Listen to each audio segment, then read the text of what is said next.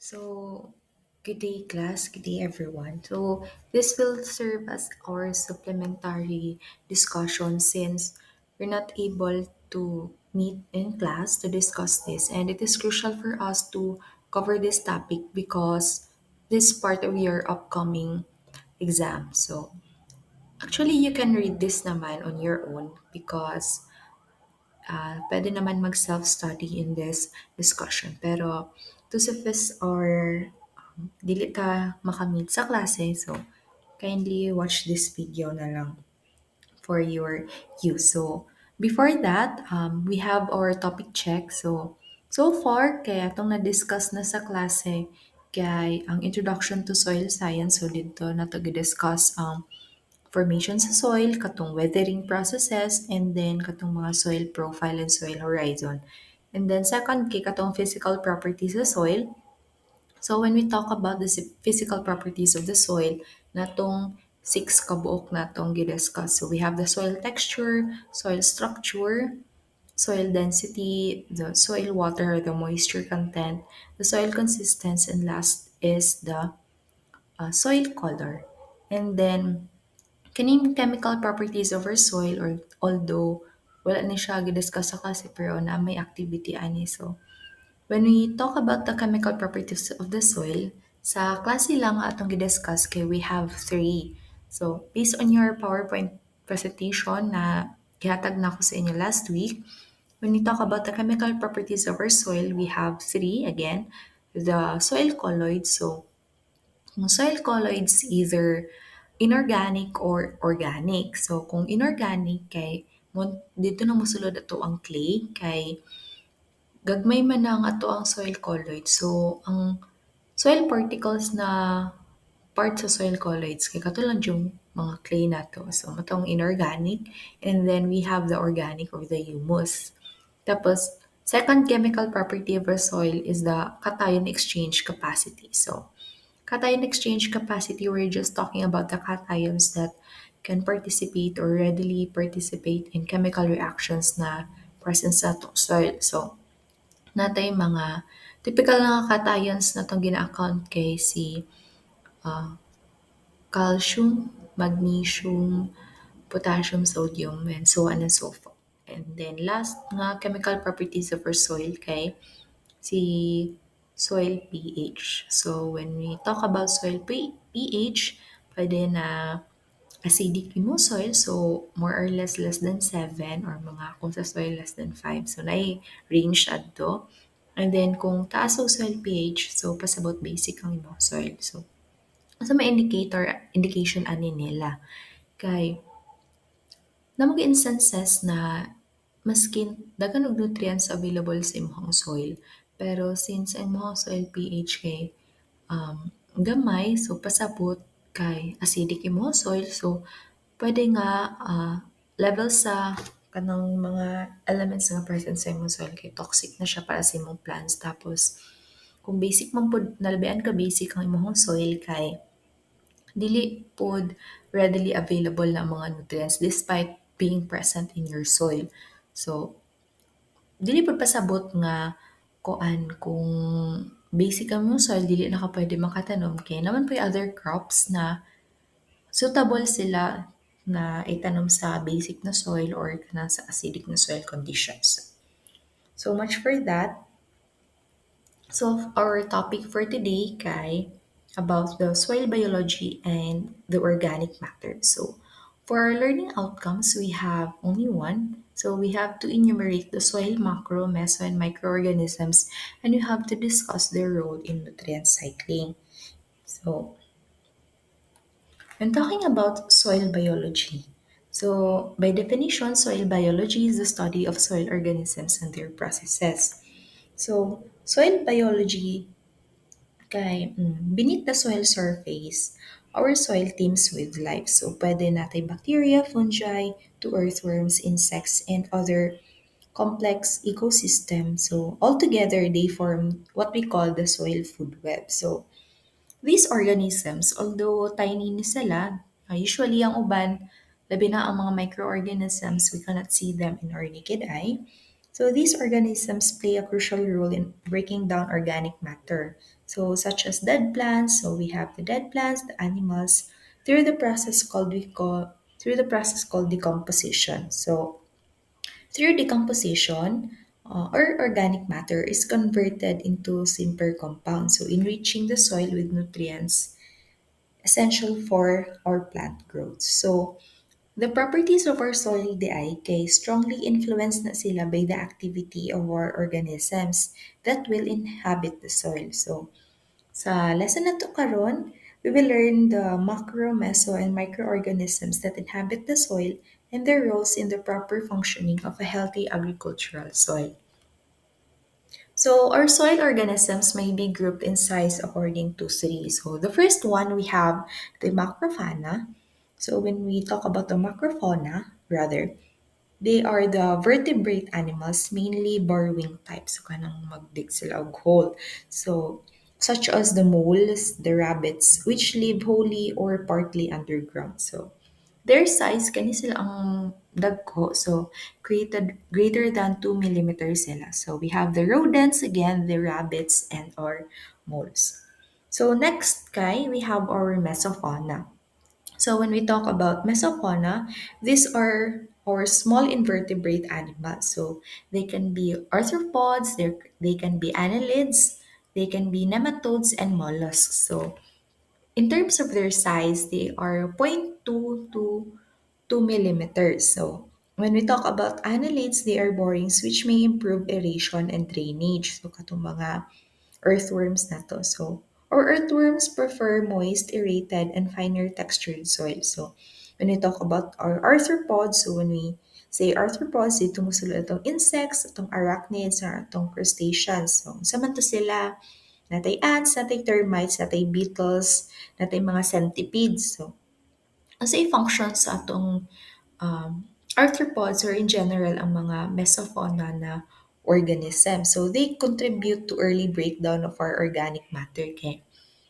Usually, ang organic matter na to, di ba, from the leaves or from our dead bodies of animals. So, through the mesofauna, sila man tong mag-function, mag-breakdown sila sa ato ang mga organic matter into smaller sizes. So, para ano siya ang first step sa pagka-decompose sa ato ang organic matter. So, first man kay kinahanglan nato siya i-reduce sa ilahang size.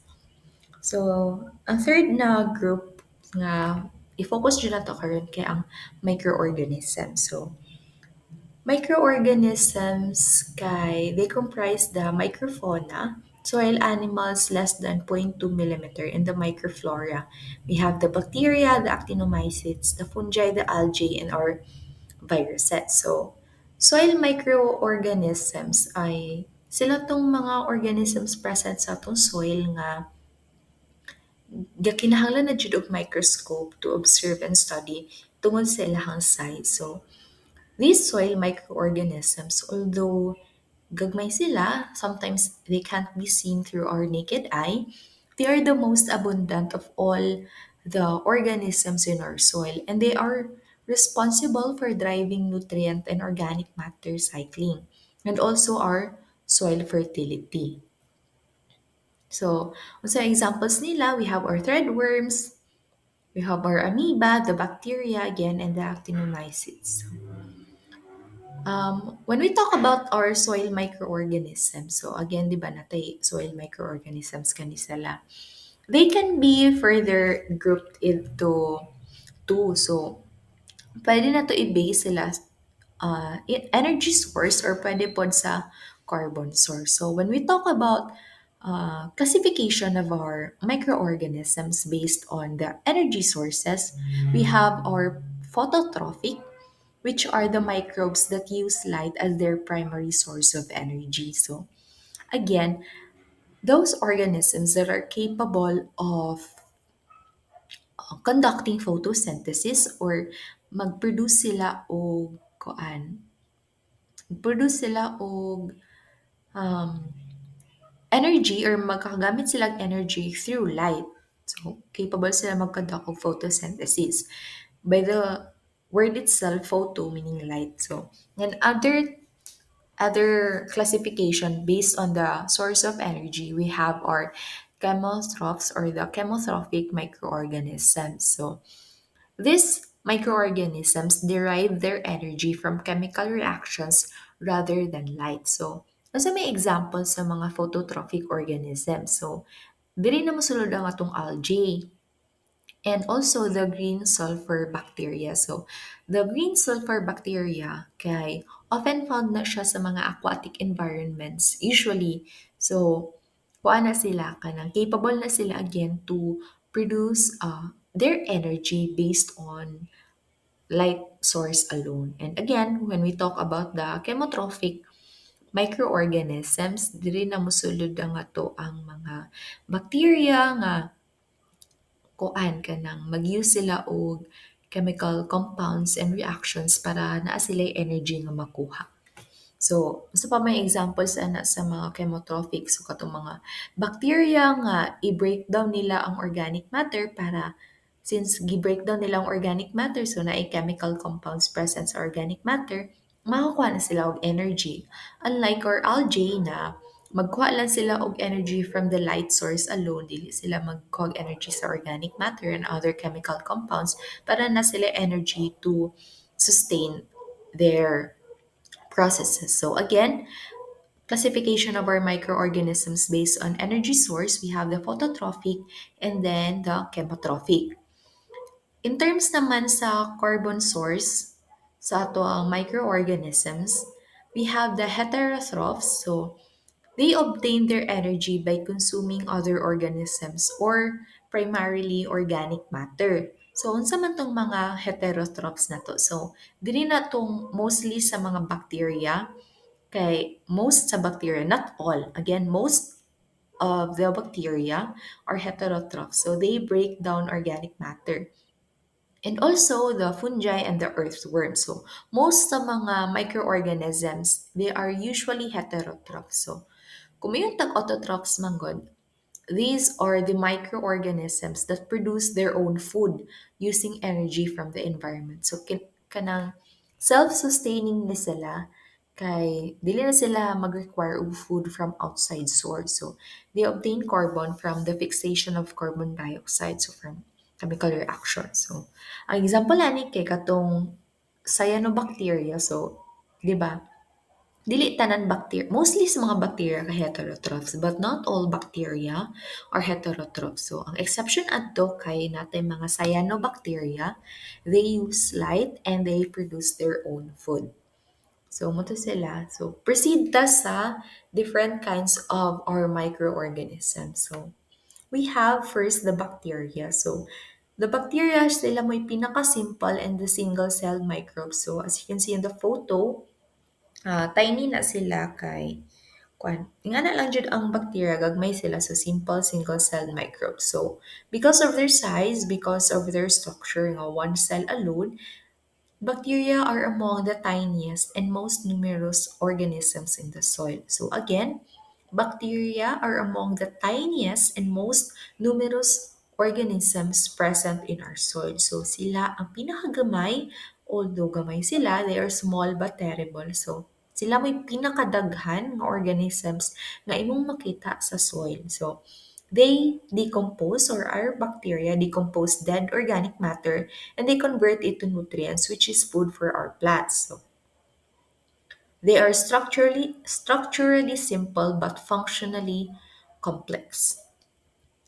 So our bacteria, their populations are dependent on food source and environment. So, accordingly, their number in the soil is enormous, provided that the living conditions of our bacteria, especially the food supply, are suitable.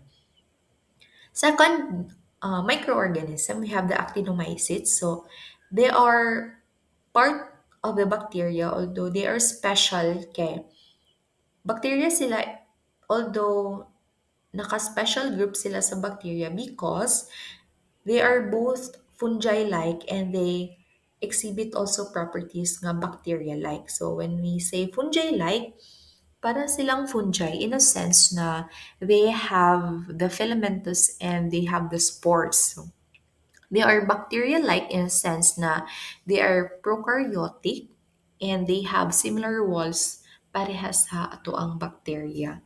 So, if our bacteria, katong bacteria alone, kay they are the most abundant, ang atong actinomycetes kay sila ang second most abundant organism sa atong soil.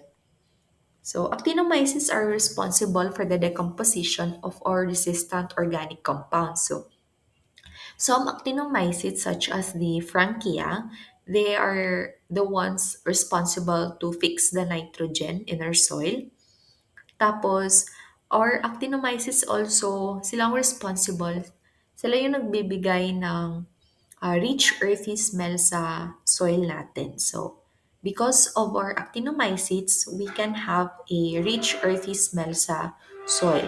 And also, we have the streptomyces. So, these streptomyces, kani si Frankia and streptomyces, sila ang mga notable na actinomycetes present sa ato ang soil. So, the streptomyces, they produce antibiotics. So, again, familiar man ta sa antibiotics, no? So, the streptomyces, they are the ones that produce antibiotics such as the streptomycin antibiotic and the chloramphenicol antibiotic. So, our actinomyces are common in high temperature compost. So, pag mataas yung temperature ng compost natin, usually greater than 50 degrees Celsius, more or less madami yung composition or marami yung population ng actinomycetes natin. And then, third, we have the fungi. So, fungi is unique in a sense na it does not contain chlorophyll. And although hindi pinakamarami yung fungi na present sa soil natin, fungi is the largest biomass of any soil microbe. So some fungi, such as the yeast, as you can see in the picture, are unicellular, meaning single-celled lang sila. But majority of our fungi, they produce long filamentous hyphae or hypha, which may be segmented, branch, or both. Tapos, ang term lang sa pag-isa kabuok, manay natay hyphae or hypha. Tapos pag madami na, ga-branch out na sila, different hypha, nag-form na sila og mycelium. So again, pag hypha, single lang na siya, septate or non-septate. Tapos pag branch ng hyphae or hypha, I mean, hypha singular, pag madami, branch hyphae, ginatawag na sila og mycelium. So, the network of hyphae develops fruiting bodies on which the spores form, and they are often highly colored. So, again, fungi are fewer in number than bacteria, but they make up the largest biomass of any microbe in soils because of their filamentous growth. So, because of their growth, because of their structure, despite konti lang yung population nila sa soil natin compared to bacteria, they make up the largest biomass. So, sila yung pinakamalaki yung size compared to all microorganisms present in our soil. So our fungi, they dominate at low pH. So when we say low pH, acidic, so due to reduced competition. So and then the functions of our fungi, they are the ones responsible to decompose our cellulose, the lignin, and other complex organic compounds. So yung mga compounds na ito, they are present or galing sila sa usually sa mga plants natin or other crops. So, again, fungi are usually multicellular. So, kasagara sa mga fungi, multicellular. So, madami yung cells. Di lang sila single cell. Pero nagyapon tayong mga fungi nga ginatawag og unicellular. So, pag sinabing unicellular, yeast ang term na ginagamit nato pag unicellular. Pag multicellular, natin ginatawag og hypha form. So, natin mga special types of fungi or notable fungi na kanang dako sila contribution sa atong environment. So we have the mycorrhizal fungi, if I'm not mistaken sa pag-pronounce. So This type of fungi kay nag-develop siya og symbiotic association sa mga roots. So when we say symbiotic, both of them, the fungi and the roots, they benefit from each other. So paano ba nagkakaroon ng symbiotic association between the fungi and the roots of the plant? So, the fungus colonizes the plant roots, as you can see on the photo. The fungus colonizes the plant roots in a symbiotic relationship utilizing carbon from the plant. So, again, yung fungus, ginagamit niya ang carbon nga present sa plant kay dili man capable wala may chlorophyll presence sa fungus, so kinahanglan siya og carbon from other source. So asa man siya makuha og carbon, dito siya magkuha og carbon sa plant. So the fungus colonizes the plant roots in a symbiotic relationship, utilizing carbon from the plant while benefiting the plants by increasing ang uptake ng phosphorus and possibly other nutrients and water. So again, the fungus obtains carbon from the plant and then the plant benefits from the fungus because the fungus increases the uptake of phosphorus and other nutrients. We also have the lichen lichen. I'm not really sure how to pronounce it properly. Basta, kani siya nga fungus kay um, there is a symbiotic association between the fungus and the algae. Kay this type of fungus, they are important in colonizing bare rock and other low organic matter environment. So, pag low organic matter environment, sa photo, nasa outermost part sa tree. So, the fungus provides growth factors, usually water nutrients to the algae, while the algae in return provide photosynthase to the fungi. So, nadikman na sa bacteria, sa actinomycetes, the fungi, and fourth, we have the algae. So, when we talk about the algae, sometimes or algae sa pagbasa, they are the major group of photosynthetic organisms. So, capable sila nga mag-produce of energy based on light source lang. So, they are the major group of photosynthetic organisms in soil. And therefore, since they need light to produce their energy, dili na sila na makita deep down sa atong soil. So kasagaran ning mga algae or algae present, kinagi na siya sa surface sa soil kay. Saan man nila pagkuha og lights kung na sila sa ilalom. So again, na sila sa soil surface because they need sunlight. So as photoautotrophs or algae need light and therefore mostly found near the surface of our soil. So again, algae are our primary producers, so many algal species are motile and they swim about in soil-poor waters. When we talk about motile, capable sila to move by means of flagella. So, na sila yung tails, ginatawag na flagella.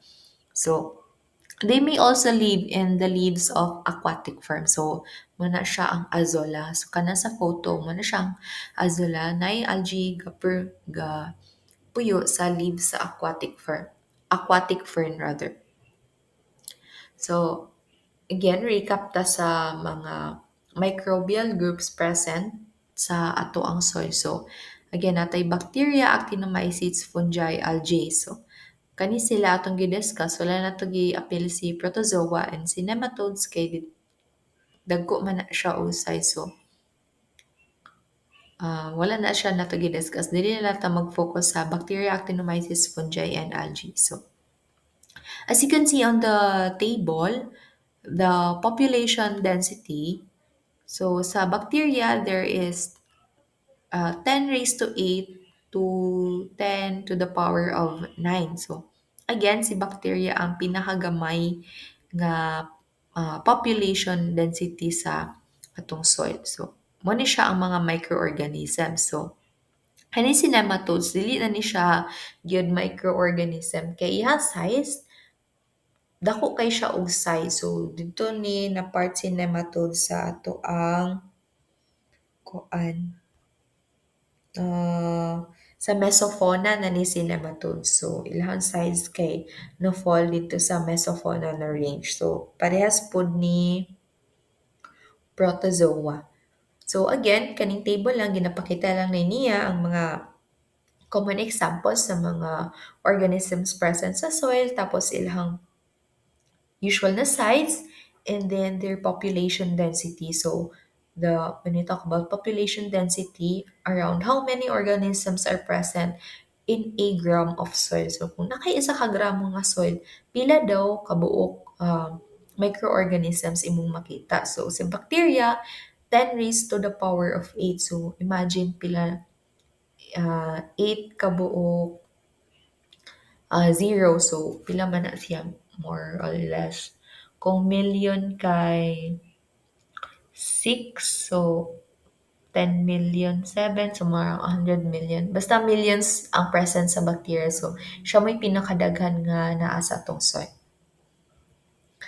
And then, kani kay distribution na siya sa microorganisms along the soil profile. So, as we go down our soil profile, kung nata sa pinakaibabaw, ang pinakadaghan gyud na present kay si bacteria, tapos magkagamay magkanaog ta sa soil profile, magkagamay na also ang present na microorganisms or organisms sa tong soil kay wala namang usually kung nasa pinakailalom na rocks naman dadto, so wala nang dili na kayo conducive for growth sa organisms pag magkalalom na ta sa soil profile. So, yung makita sa algae or sa kuan, naagid siya, daghan na sila sa surface kay kung sa ubos na gali pares aning 135 to 145, dili na siya ma-detect lahang kuan population. So gamay ra kay na sila.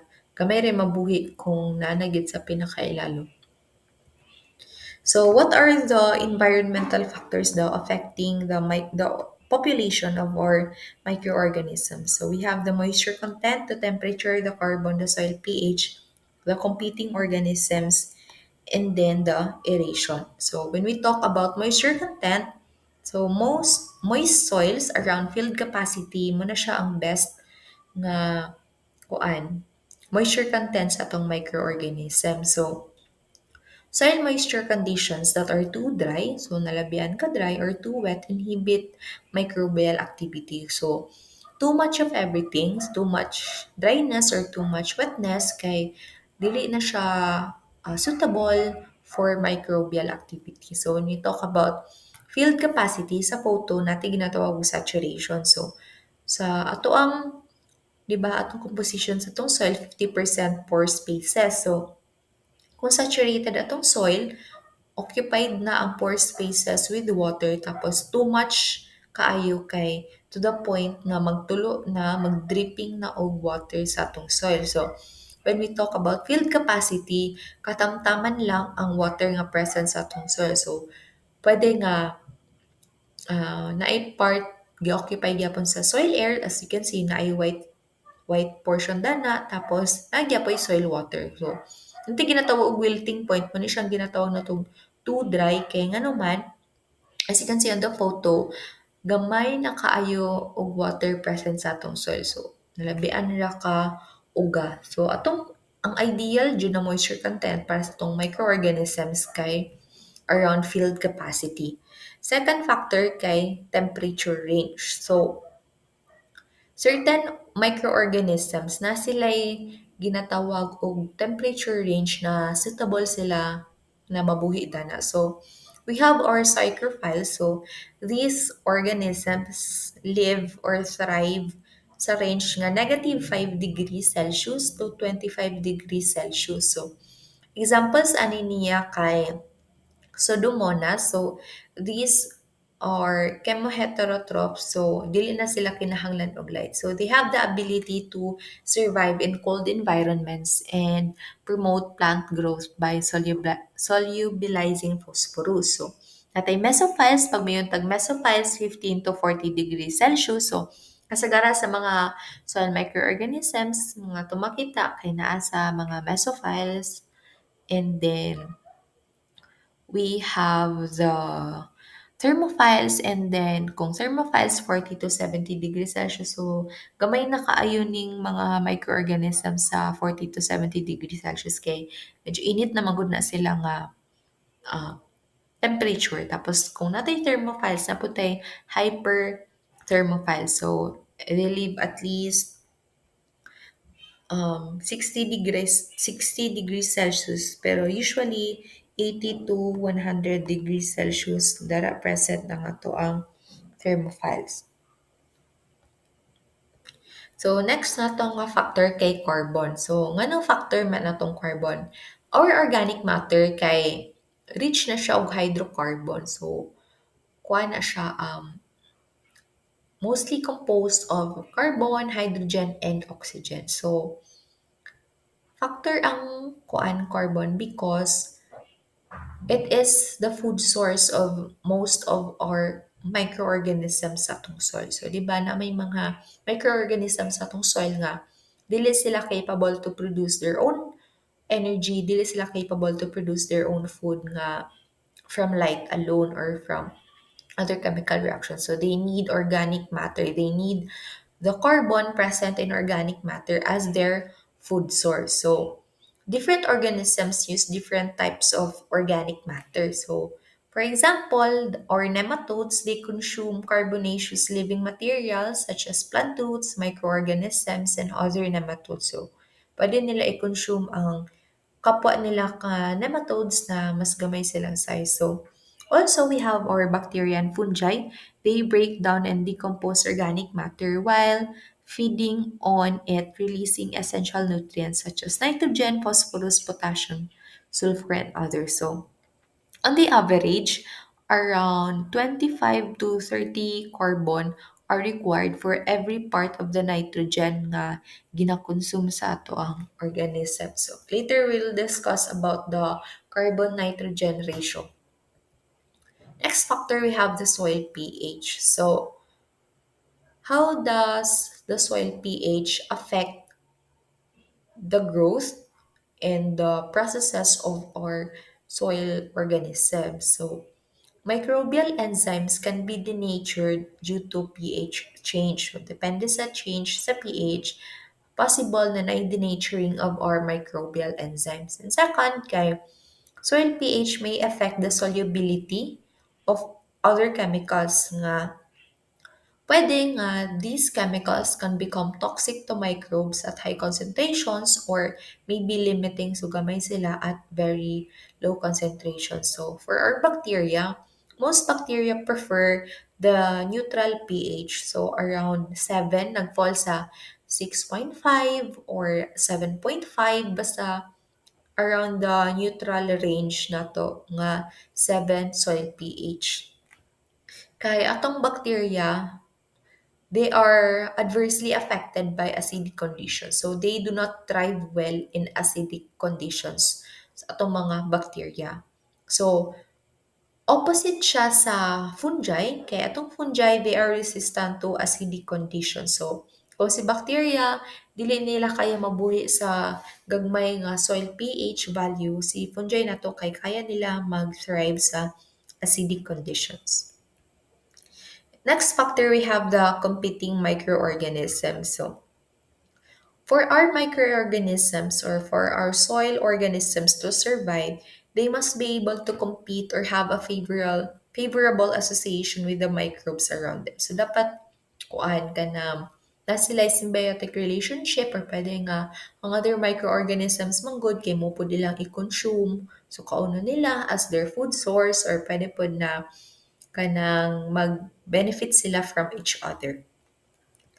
And then, next factor na to kay ang aeration. So, when we talk about aeration, diri na masulod ang ato ang aerobic and the anaerobic organisms. So, when you say aerobic organisms or anaerobic organisms, dili na mo sulod ang ato ang discussion about the need or presence or the absence of oxygen. So kung mayroon tag aerobic organisms, these organisms requires oxygen to survive. So apil ta kung aerobic kita ang mga tawo kay kuan. Kinahanglan nato libag oxygen para makaginhawa ta, mabuhi ta ug mag-function ta. So Similarly, most fungi, including bacteria o katong actinomycetes, kay kinahanglan sila og oxygen to survive. So, usa man tong mga anaerobic organisms. So, gamay ra na sila ang mga anaerobic organisms. So, when we talk about anaerobic organisms, they can survive or they survive better in the absence of oxygen. So, mabuhi sila maskin walay oxygen. So, sa may mga example sa anaerobic organism. So, katong mga nematodes, katong dagko nga nematodes, kay kaya sila mabuhi og kuan anaerobic conditions. So, naabot tay although most sa fungi nato kay aerobic, natay mga anaerobic fungi nga kasagara makita siya sa rumens or sa deep sea na sediments kay sa nga na nga living conditions wala mong oxygen present. So, by that time, these anaerobic fungi, they do not require oxygen and rather they produce hydrogen as their byproduct. So, kung natay aerobic o natay anaerobic, natay facultative anaerobe. So, sa man ang facultative or facultative? Facultative. So, kato sila ang atong mga organisms nga pwede sila mabuhi both. So, pwede sila na ay oxygen, pwede po sila um, absent ang oxygen. So, unsa may example ana mga facultative anaerobe. So, take note ninyo ha ang kanang again facultative Facultative facultative anaerobes N rather Anaerobes. So, facultative anaerobe. So, kani sila again ang mga organisms na mabuhi both. So, pwede with and without oxygen. So, sa may example na, muna siya atong E. coli. So, very famous na siya na bacteria. So, si E. coli, E. coli. So, i-search lang ninyo sa spelling sa pag-spell out sa E. coli. So, again, kanang E. coli, kaya na nila mabuhi, kuha na sila kanang resilient, kaya na nila mabuhi with and without the presence of oxygen. So, we have discussed na the factors affecting our soil organism. So, din na tamo sulod sa beneficial activity. So, unsa may mga ikahatag dahil sa ato ang soil organisms sa makontribute nila sa atong soil. So, first kay decomposition, second nutrient transformation, third weathering reactions or soil formation, fourth kay treatment of waste, and last kay soil organisms improve the physical properties of our soil. So first we talk about the decomposition. So when talking about decomposition, kanitong pag-decompose or pag-breakdown sa atuang organic matter. So it is microbially mediated process nga kinahanglan na to og mga microbes, again microorganisms, para ma-reduce na to ang complex organic matter sa simple nga organic matter. So, ang kaning decomposition, it is driven by enzymes. So, enzymatic reactions involving different microorganisms. So, kaning chemical formula nato, kaning CH2O, kuha na siya ka ng sugar, simple sugar na siya. Ang formula gyud dapat sa pinaka-simple na sugar kay C6H12O6. Pero kunyari, isa ka C, for every one carbon, kinahanglan og duha ka hydrogen and one oxygen. So, kung yun tag C6, 6 carbon, H12, 6 times 2, so 12 kabok hydrogen, and then 6 pod kabok oxygen. So, ang kana atong sugar and also kinahanglan siya og aerobic conditions, so kinahanglan og oxygen to kani siya chemical reaction ni siya nga formula. So pag breakdown sa sugar into oxygen ay pag breakdown sa sugar plus oxygen ma-breakdown na siya og carbon dioxide and energy. So muna siya ang decomposition sa ato ang um, complex organic matter into simple organic matter. So, decomposition can still proceed under anaerobic conditions. So, pwede nga walay oxygen, gihapon, mahitabo na itong decomposition, but it is relatively less efficient than decomposition under aerobic condition. So, next we have the nutrient transformation. So, our microbes are important in the biochemical processes involving the transformation of our nutrients. So, ang transformation of our nutrients, they can be agriculturally important or environmentally relevant. So kung agriculturally important transformation, we have the nitrification and the nitrogen fixation. And then, pag environmentally relevant kay natin ginatawag og denitrification. So, unsa man yung nitrification? So, it is the conversion of our ammonium NH4 plus to nitrate by two bacteria. So, unsa man to silang mga bacteria? Mo to si Nitrosomonas sp and the Nitrobacter. So, kani silang duha, sila ang capable, sila ang responsible sa pag-transform sa ato ang ammonium na si NH4 plus para mahimo siyang nitrate.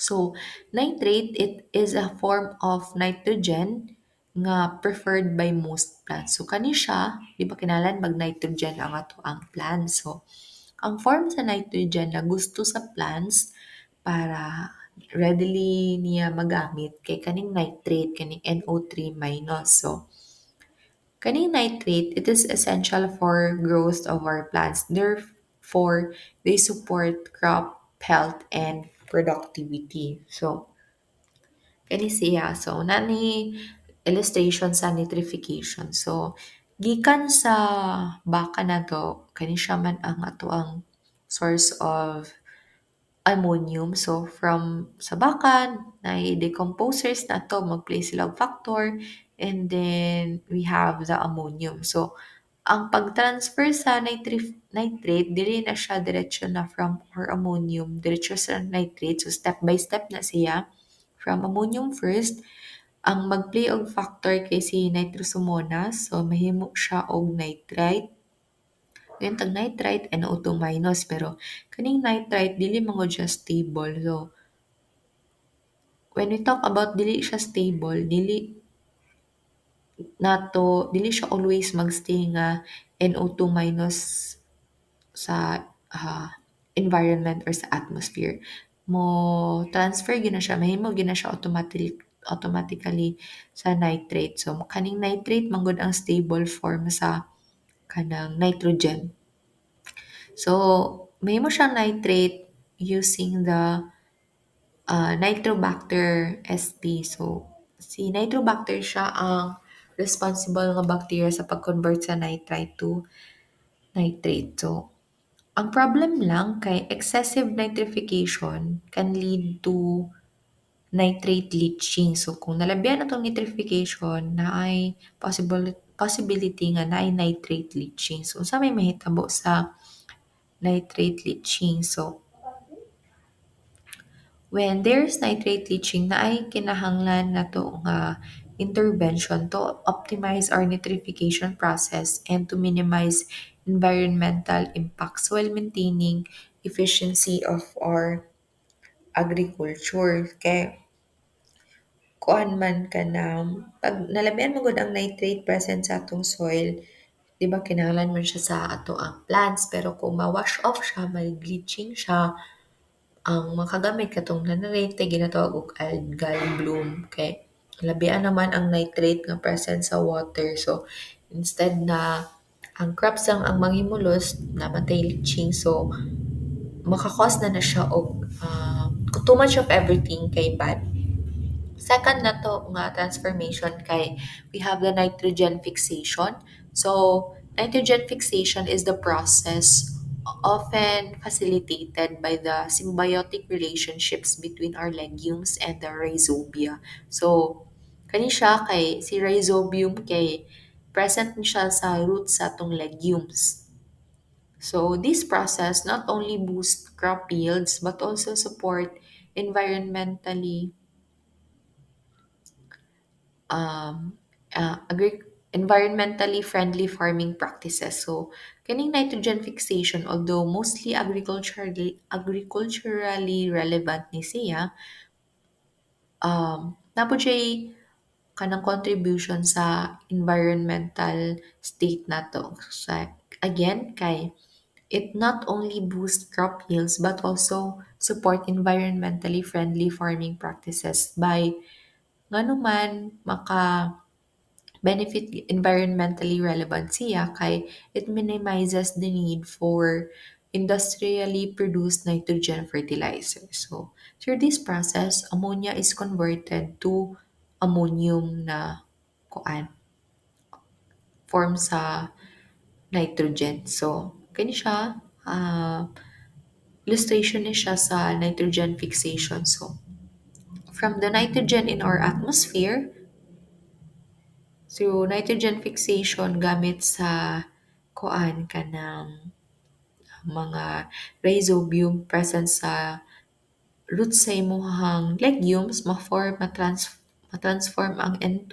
to NH4. So, ano yung NH4 pwede nila ni siya mo himuon gyapon natong nitrite tapos mag-nitrate. So, again, kaganina, ang atong source lang sa NH3 dani kay kadtong kuan, NH4 katong gikan sa atong baka. So, other source pud sa atong NH4 kay gikan na adtong um, nitrogen nga niagi og nitrogen fixation through the rhizobium nga present sa roots sa atong legumes. Tapos, from the N2, nahimo siyang NH4. Tapos, through the nitrifying bacteria, nahimo ang NH4 to nitrite, NO2 minus. Tapos, through nitrification again, the nitrifying bacteria, further niya, i-transform mga itong nitrite to nitrate. So, kaning nitrate, mo ni siya ang form yun nga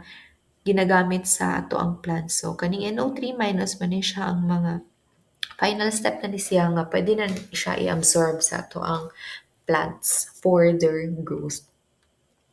And last kay ang nutrient transformation kay natay kung natay nitrification na putay denitrification. So opposite lang ni siya sa nitrification. So kung gikan ta sa nitrification atong una gyud ato sa nitrification kay kuan NH4 tapos NO2 nahimo siyang NO3 minus. So sa denitrification atong starting point kay NO3 minus.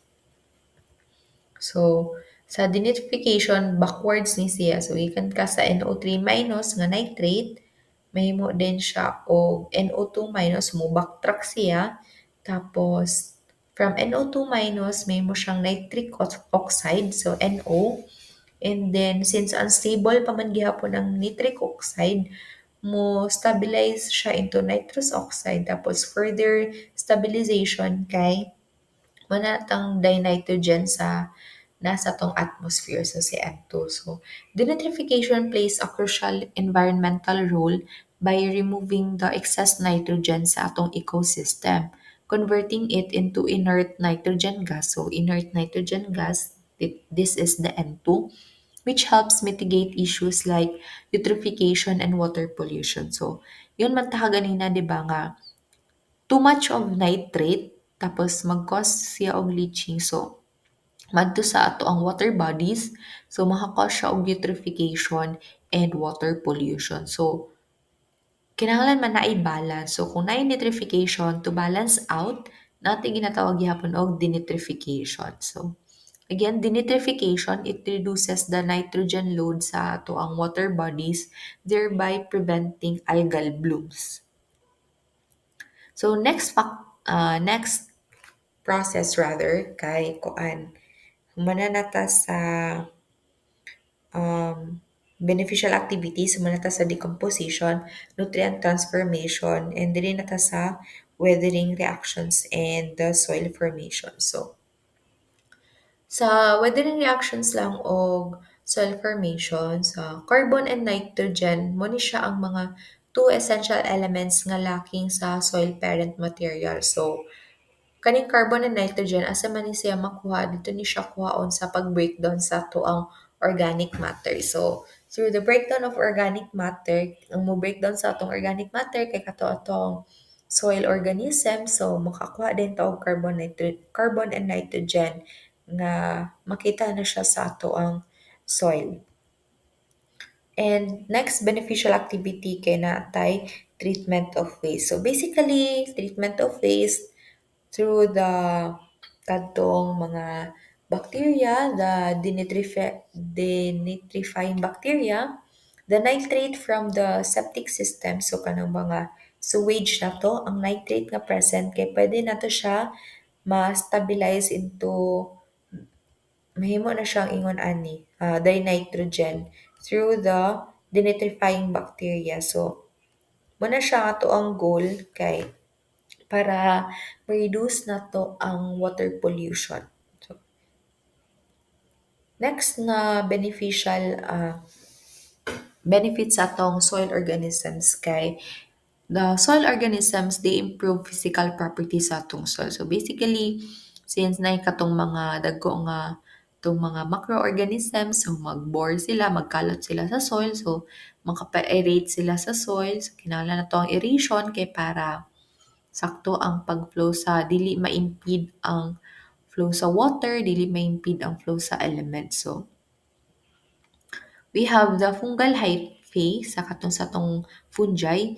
They may wrap the soil particles, encouraging the production of our aggregates. So katong aggregates, kato silang group of soil particles. So katong PEDs or aggregates. So di ba kung PEDs or aggregates, they depende silang size and shape, depende silang orientation, natay different soil structure. So atong gusto again na soil structure kay kadtong granular. So we have also the mucilaginous exudates sa bacteria nga they can also serve as glue in aggregate formation. So para mag-form nice structure ang ato ang soil, makakontribute dito ang ato ang mga fungi and bacteria. So moto sila ang mga benefits sa ato ang soil organisms. So again, we have the decomposition, the nutrient transformation, the weathering, the treatment of waste, and the improvement of our soil physical properties. Muna ta sa mga organisms sa atong soil, dili na dayon ta mo proceed sa atong soil organic matter. So kaning soil organic matter man siya ang pinaka-familiar gyud naton tanan kay kaila man ta ani niya kini siya ang mga natural fertilizer sa ato ang soil. So dili siya chemically produced. So our soil organic matter, it is one of the most important products sa soil macro and microorganism nga activity kay through the process called decomposition katong gidiscuss na to kanina pag breakdown sa soil organic matter gikan sa complex na structure to simpler form, the dead plant and animal materials are converted to organic compounds that make up the healthy and fertile soil. So, karon i-discuss na to ang nature, properties, and functions sa soil organic matter and ilang importance sa maintaining good soil health. So, when we talk about the soil organic matter, so during decomposition manggod, the essential elements present in the complex organic matter are converted from organic combination to simple inorganic forms. So, kung yung tag soil organic matter, it could be the living, kung living, wala pa siya na-decompose, or the dead plant or animal materials sa soil. So, kung dead plant or animal materials, pwede siya undecomposed, pwede po siya partly decomposed, pwede po highly decomposed. So, kung mayon tag humus, mo ni siya ang decomposed na ni siya nga final stage na ni siya sa soil organic matter. So, it is resistant to further decomposition. So, again, kung mayon tag humus, katong na-decompose na gyud ni siya nga soil organic matter. Kay kung ang soil organic matter, pwede manggod nga buhi pa, living pa. So, pasabot ka ng fresh pa nga dahon, fresh pa na body sa dead animals. So, kung yung tag-humus, kato na siya ang stable fraction. So, pasabot, dead end na ni siya. dili na ni siya mo decompose further. So, say composition sa tong soil organic matter. So, we have the green tissue. So, ani makita ninyo kaning mga sagbot mo na siya soil organic matter gyapon na sila. So, kuan lang ni sila kanang fresh undecomposed plant material such as the leaves and the stems as you can see on the photo, which is high in moisture. So, taas siya og water content 85 to 90%. And when they are incorporated into our soil, they rapidly decompose, stimulating microbial activity and enhancing soil fertility. So, again, the green tissues, they are the fresh, undecomposed plant material such as the leaves and the stems. So, when we talk about undecomposed plant material, taas pa siya og moisture content, which is 85 to 90%. So, kung natay green tissues na tay dry matter. So, what are the dry matter? So, kani siya katunang kuan green tissue nga ang dry matter, kung ang green tissue na to tasyag moisture content, ang dry matter nga composition na to ni gamay ra ni siya og moisture content. So, although organic gihapon siya, pwede ang mga dry matter na to may be partially decomposed or composed of materials such as wood chips kanang sa paggabas or straw kanang rice straw that decompose more slowly ngano dugay man sila ma-decompose kay gamay siya og nutrient availability. So kaning mga ugahon bitaw nga organic matter. So kung taas og nutrient availability, more or less, green tissue na siya, gikan na siya sa fresh nga plant material or fresh na animal. So, green tissue. Kung mayon tag dry matter, katong gamay og moisture content. So, natin ginatawag gihapon og rapidly decomposing dry matter and slowly decomposing dry matter. So again, kung soil organic matter, pwede siyang rapidly decomposing organic matter, pwede pod o slow decomposing na organic matter.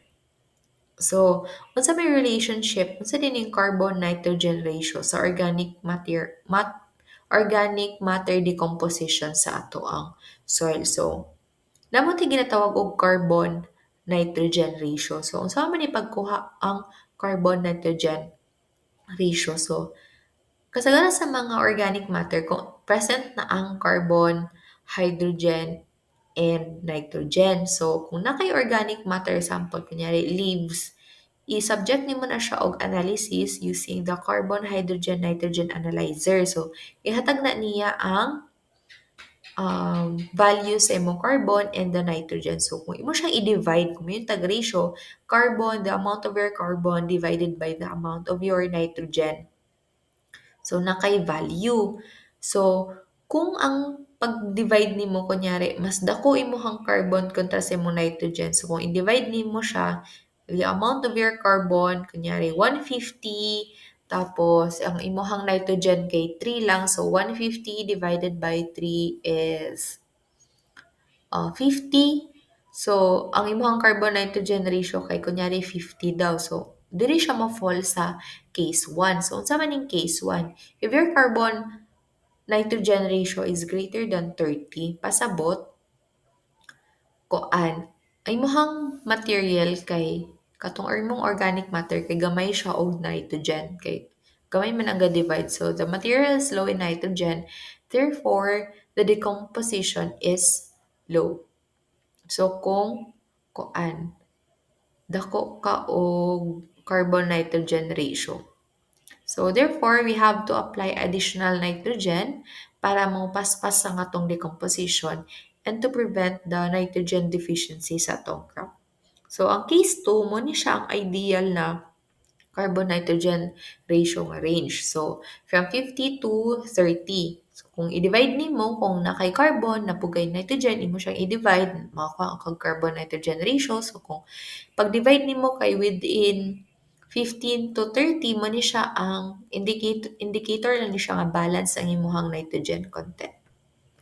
And then when we have case 3, this happens when your nitrogen is there is excess in nitrogen kay pasabot gamay imong carbon nitrogen ratio. So pasabot dako imong concentration sa nitrogen. So your soil contains excess nitrogen. So unsa may mga example aning mga kuan high CN ay low CN ratio. So kung low CN ratio kanang less than 15. Ang example na nila kay kanang mga kuan kanang mga crops bitaw kanang sa mga legumes kay sila man tong mag-fix sa nitrogen. So mo ni siya ang pag-assess nimo sa carbon nitrogen ratio, mo ni siya ang basis na nga mag-crop rotation na ka. So pasabot dili na ka magtanom na og legumes sa imong soil. So mobali na pug ka og other na tanom nga para magamit na to ma-utilize tong excess nitrogen sa imong soil. So sa may example aning mga tanom nga kuan dako og CN ratio. So katong mga tanom nga dako og CN ratio, ganito silang mga kuan o mga rice straw, mga ingon ana. And then, so sa may manata sa kadtong relationship of our carbon nitrogen sa organic matter in the decomposition in the amount of soil nitrogen. So diri na pud ta sa functions of our organic matter in the soil. So is self-explanatory. So, ang function sa tong organic matter sa soil first kay source of our essential elements because again our organic matter kay rich ni siya in carbon, hydrogen, and nitrogen and oxygen. So kaning labi na sa carbon and nitrogen, dili mo ni siya present sa ato ang kuan, sa ato ang rocks and minerals. So, asa man nato i-source ang carbon and nitrogen, dito na siya i-source nato sa atong organic matter nga composition sa atong soil. So, organic matter is a major source of our nitrogen. Second function kay substrate of most soil organisms. So, pasabot, kung yung tag source of essential elements, dili na siya mosulod atong nitrogen.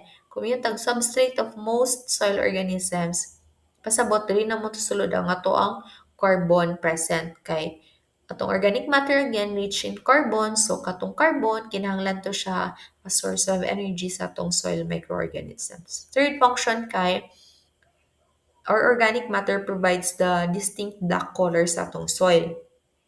So, kasagara maghatag og black color sa atong soil mo ta siya ang atong organic matter. Fourth function kay they improve the soil physical properties.